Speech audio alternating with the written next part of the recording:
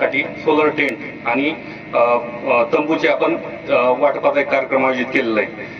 आता या बिबट शीघ्र कृती दलाच्या बाबतीत बोलायचं म्हणलं तर जुन्नर ओतूर शिरूर मधील जे बेस कॅम्प आहे त्या बेस कॅम्पच्या धर्तीवरती आपण या गावडेवाडी मध्ये सुद्धा एक बेस कॅम्पची आपण स्थापना करत आहे. सदर बेस कॅम्प माननीय उपवन संरक्षक जुन्नर यांच्या मार्गदर्शनाखाली आणि यांच्या प्रयत्नातून सध्या तत्कालीन RFO आणि सध्याचे ACF स्मिता राजहंस मॅडम यांनी काम केलेलं होतं. त्यांच्या प्रयत्नातून सरांच्या प्रयत्नातून हा बेस कॅम्प मंजूर झालेला होता. त्या बेस कॅम्पचा आज आपण थोडक्यात भूमिपूजन करून सुरुवात करत आहे.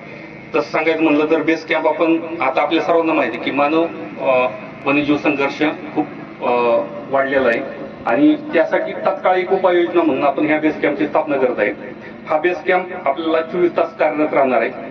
कुठलीही घटना घडली तर ह्या बेस कॅम्पचे मेंबर तत्काळ त्या ठिकाणी जाऊन त्यांची कारवाई करणार आहे. तसंच एखाद्या विहिरीमध्ये सुद्धा जर बिबट ट्रॅप झाला असेल किंवा इतर अॅनिमल ट्रॅप झाला असेल तर सदर बेस कॅम्पची आपल्याला मदत होणार आहे. याचबरोबर सदर बेस कॅम्प आपल्याला दररोज गावातील पूर्ण जे नागरिक असतील जे घर असतील प्रत्येक डोर टू डोर जाऊन आपले वन कर्मचाऱ्यासोबतच ते आपल्याला बेस कॅम्पच्या माध्यमातून एक जनजागृती करणार आहे.